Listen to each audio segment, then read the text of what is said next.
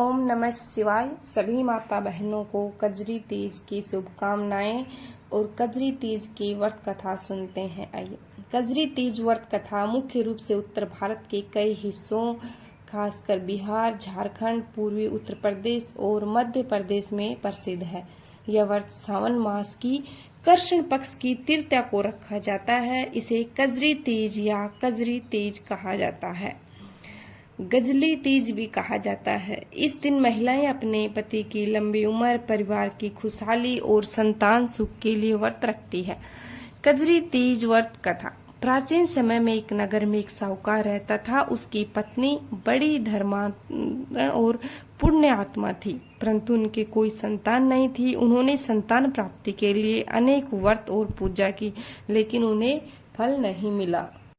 एक दिन सावन मास के कृष्ण पक्ष की तृतीया आई और साहूकार की पत्नी ने इस दिन कजरी तीज का व्रत विधि विधान से किया और माता पार्वती और भगवान शिव की पूजा की। व्रत के अंत में कथा सुनते सुनते उन्होंने मन ही मन प्रार्थना की, हे माता, जैसे आपने कठिन तप कर शिव जी को प्राप्त किया, वैसे ही मुझे भी संतान सुख प्रदान करे और मेरे परिवार की रक्षा करे। माता पार्वती उनकी श्रद्धा और भक्ति से प्रसन्न हुई और वरदान दिया, तुम्हें पुत्र रत्न की प्राप्ति होगी और तुम्हारा परिवार सुखी रहेगा।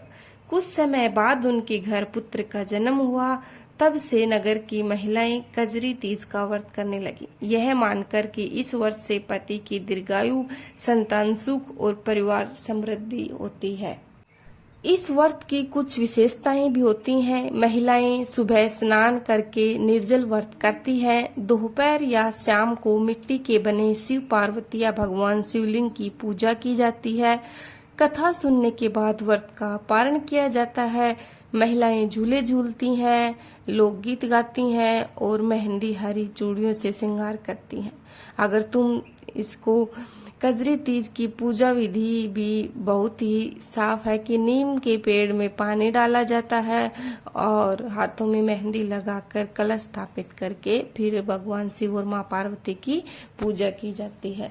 इसके साथ एक कथा और सुनी जाती है कि बिंदा एक बाबा रंग चंगा बिंद्रा बिल में खड़े सुरंग राव दियो रंग दियो, झापर झोलो भाई दियो, गिलड़ी में घी दियो, तेलड़ी में तेल दियो, बहुत सारा बड़ो परिवार दियो।